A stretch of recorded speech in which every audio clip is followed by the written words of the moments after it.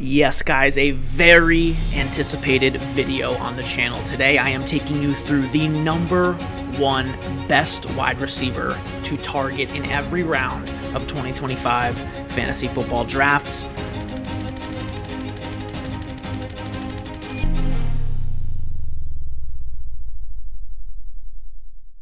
Last year, some guys we identified from this exact list, okay? Jackson Smith-Njigba was my number one sleeper, my number one late round wide receiver to target last year. That worked out very well. Drake London was going a little farther down than where he's going in drafts this year. We loved him last year. He might be on the list this year as well. And finally, Malik Neighbors. We were all over him last year. So let's just hop right in. Let's go round by round, the best wide receiver in each round. And I'm also going to give you an honorable mention in case you miss out on these draft targets. So right away, in round one, no surprise here, guys. The best wide receiver is Ja'Marr Chase. I could try to get creative. I could try to say that CeeDee Lamb, where he's going in drafts, is a bit of a better value, but in a vacuum, right? Ja'Marr versus CeeDee versus the field, it is Ja'Marr. Highest ceiling of any player in all of fantasy football. Last season among wide receivers, first in receiving yards, first in touchdowns, first in catches, first in targets. Pretty good. Weeks 3 through 18, so the final 15, 16 games of the season, he had less than 17.5 fantasy points only twice. Now, if we were to extend, right, to the last 20 games where CeeDee Lamb had a healthy Dak Prescott, and the last 20 games where Ja'Marr Chase had a healthy Joe Burrow, you actually see that CeeDee Lamb's floor for top 12 weekly percentage is actually higher. But Ja'Marr Chase, without a doubt, has the highest ceiling of any player, any receiver in fantasy. Ja'Marr in the first, 101, 102, CeeDee Lamb in the middle of the round, and then Nico Collins in the back of the round. If you have a late pick in the first and you want to go wide receiver, I do prefer Nico to the majority of those players. If Amon-Ra St. Brown is falling, right, to 14th overall, 13th, 12th, 11th, I like him there too. Okay. Next up in round two, we'll actually start getting a little interesting here, but honestly, not really yet. In round two, it is Drake London. Now, Drake London is a guy that I really had to come around to. I think he's a little expensive in drafts, or should I say, I think he was. He was a player that was consistently going top 16.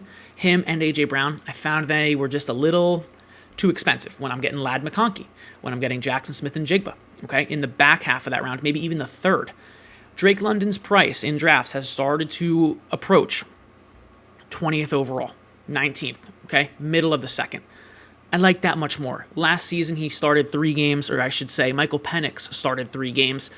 In those 3 games, okay, it was week 16, 17, and 18. And mind you, in week 18, about half the game was against the Panthers' second stringers, but that was something I was really hung up on. But when you just look at the utilization, right, it doesn't really matter who they're playing. It matters what's happening on the offense. And I'm about to tell you that in those 3 games, and obviously the Panthers game was a big indicator of this, but 39% target share for Drake London. That is out of control. That is 39% target share is like 2 wide receivers worth of targets per game. In those 3 starts with Penix, okay, 350 total yards, 22 catches, and 2 touchdowns. Darnell Mooney is injured. He's out. He's the wide receiver 2 on the Falcons. He's currently out right now, okay? So we really have a scenario here where Drake London could lead all wide receivers in targets in 2025. Honorable mention here is Ladd McConkey. I really like Ladd in the second round. There are talks right now on August 4th here that Keenan Allen may be signed by the Chargers. That doesn't bother me one bit. I'm all in on Ladd McConkey in the back half of the second, okay? He's the honorable mention. Now, getting into round 3, a guy who just shouldn't be in round 3 is Tyreek Hill. He is the best wide receiver in round 3, in my opinion. Last year, of his 3 years in Miami, it was his worst year. Wide receiver 18 overall. The other 2 seasons in 2022 and 2023. Top 2 wide receiver both years. Wide receiver 2 in both of them, okay? So maybe there are some reasons why. Tyreek Hill's 2024 was his worst season as a Dolphin, which, by the way, was wide receiver 18. And when you consider that he played 17 games with a wrist injury, a pretty serious one, and 6 games his quarterback was not playing. When you consider that, wide receiver 18, honestly, is pretty impressive. And the utilization was good, even though the fantasy output wasn't what we expected. 37% air yards, that was top 6 at the position. And 11.2 average depth of target, also top 6 at the position last year. So the utilization was good, still doing his thing, just wasn't connecting for whatever reason. I do believe in 2024, Tyreek will get back on track. Now, the honorable mention in round 3, I do have Jackson Smith and Jigba, a guy who's just dropping down the rankings. Both these guys. JSN is massively slept on. Sam Darnold loves to target the slot. If we couldn't tell from Justin Jefferson's success under Darnold, listen, I don't think Darnold is that much better than Geno Smith. I don't think Darnold is that much worse than Geno Smith. I think it's honestly a pretty one-for-one substitution there at QB. I'm all over JSN because that player, similar to Justin Jefferson, similar to a slot merchant like Amon-Ra St. Brown, these type of wide receivers, including JSN, elevate their QB. We saw it with Geno. I think we'll see it with Sam Darnold. All right. Now, moving into round 4. Teteroa McMillan has been rising in my rankings. He's a clear top 50 player on the board for me and a clear top 24 wide receiver. He's the best wide receiver to draft in round 4. And that's because the end of last season, okay, Bryce Young, weeks 12 through 18, 7th most pass attempts among all quarterbacks. So volume. And he was a top 6 fantasy QB. How do you score fantasy points? Complete passes, okay, yards, score touchdowns, run a little bit. So Bryce was making it happen. And Tet is the best Carolina wide receiver by far. Back-to-back seasons in college with 1,300 plus receiving yards and 130 plus targets. He's a volume receiver who makes big plays happen. All 3 of his collegiate seasons, guys, 15 plus yards per catch and 8 plus touchdowns in every single season. So if he's getting 8-9 targets per game, which he probably will, there's a very good chance he finishes top 15, dare I say top 12 at the position. An honorable mention is DJ Moore. Now, the DJ Moore discussion here is about Ben Johnson. Whoever plays that slot role for Ben Johnson, I believe it will be DJ Moore. Maybe it will be Luther Burden. It's one of those two guys. They're going to have a big advantage, okay, over the other wide receivers, over the other pass catchers. Caleb Williams is going to pepper the slot. I think it's going to be DJ Moore. So in PPR leagues especially, he's a great value in the 4th round, late 4th. I mean, I think he's going like 47th and sometimes in the 5th round, DJ Moore. A lot of people don't like him. I'm in. Now in round 5, we talk about him. Seems like just about every episode. But yes, it is Courtland Sutton. Because last year, after the Broncos bye, after Bo Nix had a chance to adjust to the NFL and have his bye week, okay? 18 plus fantasy points per game, wide receiver 7, and 9 plus targets per game, wide receiver 9. He's projecting in 2025 for 10 plus targets per game. Every single wide receiver who hit 10 targets per game last year finished a top 12 wide receiver. The honorable mention here is George Pickens. Just Google the guy's name, and you'll come across 25 or more videos of him just absolutely dominating, and I mean dominating, Cowboys camp. I think Pickens and Lamb can rival Higgins and Jamar Chase for the best wide receiver duo in the league in 2025. Moving into round 6, speaking of dominating camp, it is Travis Hunter. He is locked in as Liam Cohen's, as Trevor Lawrence's, as the Jaguars wide receiver 2. There's Brian Thomas Jr., and then there's Travis Hunter. He is an absolute freak. The way I watch him play, he reminds me of Justin Jefferson. I'm not even kidding. The twitchiness, plucking the ball out of the air, acrobatic catches, everything. He catches everything, scores everything. And when we look at his college career metrics, okay, his whole career in college, 63.3 contested catch rate. Now, he's not like this big, massive DK Metcalf Megatron guy, right? He kind of has more of a lean build. And his 63.3 contested catch rate is pretty impressive. 2.3% drop rate is also very impressive. The hands are very good. And last year, per game, 95 plus receiving yards and a touchdown. Then he went and played cornerback. So I think that Hunter is going to get the key reps, the key snaps, the majority of them, 80-90% of the time he should be on the field as a wide receiver. I think he will be. Okay? If he goes and plays cornerback, whatever, if he can do it, who cares? Go do it, dude. I only care about the wide receiver portion of this.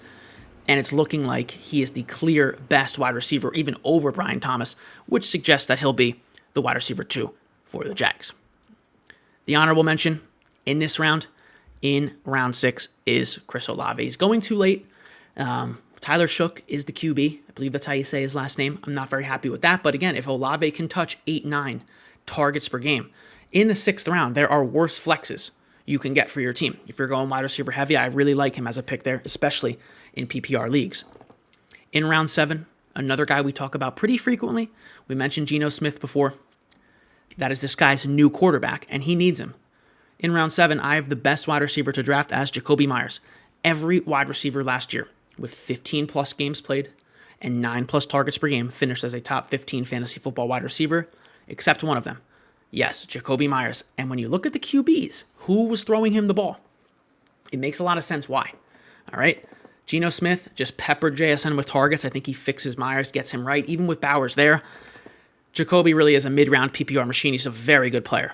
An honorable mention here is Ricky Pearsall. He's my candidate at the moment to be the next Jackson Smith and Jigba, a guy that's going around pick 100, pick 90 in drafts. A little bit slept on, first-round talent, very, very good, okay?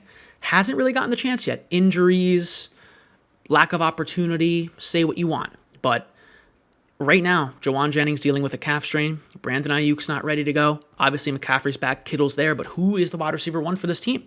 I think it's Pearsall. And I think that he's going to make a difference. So he is my honorable mention, best wide receiver in round 7. Then in round 8, again, common theme here is dominating camp, Emeka Egbuka. So Chris Godwin had a second undisclosed ankle procedure this offseason. So who knows when he'll be ready to play? They're saying right now he'll be ready for week 1, but at the moment he's not practicing, and Egbuka is, and he's crushing it in camp. Baker, we saw last year, he can support 2, dare I say 3, once Jalen McMillan started getting cooking, top 24, top 30 wide receivers. The Bucs wide receiver 2 job is open. Anytime in the NFL, it's a ruthless league. Chris Godwin's great. He's done amazing things for the Bucs. If he's injured and can't do the job anymore, and Egbuka can, they're going to go with him. And he is very good. The career OSU, Ohio State record holder for receiving yards and receptions. This is not just a guy off the street. Monster. Honorable mention here in round 8 is Josh Downs. And then, guys, rounds 9 through 14. I'm just going to go ahead and do a little bit of rapid fire with you. So in round 9, the best wide receiver to draft is Keon Coleman. Honorable mention, Michael Pittman Jr. Round 10, Cooper Kupp. Honorable mention, Trey Harris. Round 11, Kyle Williams. Honorable mention, Luther Burden. Round 12, Cedric Tillman. Honorable mention, Christian Kirk. Round 13, Josh Palmer. Honorable mention, Pat Bryant. And round 14, Jalen Noel. Honorable mention, Jack Besh. Now, as always, we're going to hop into a quick mock draft and see what we can do. What I'd like to do, honestly, is go RB heavy. So let's just go ahead and start the draft. Random draft slot. We get the 109.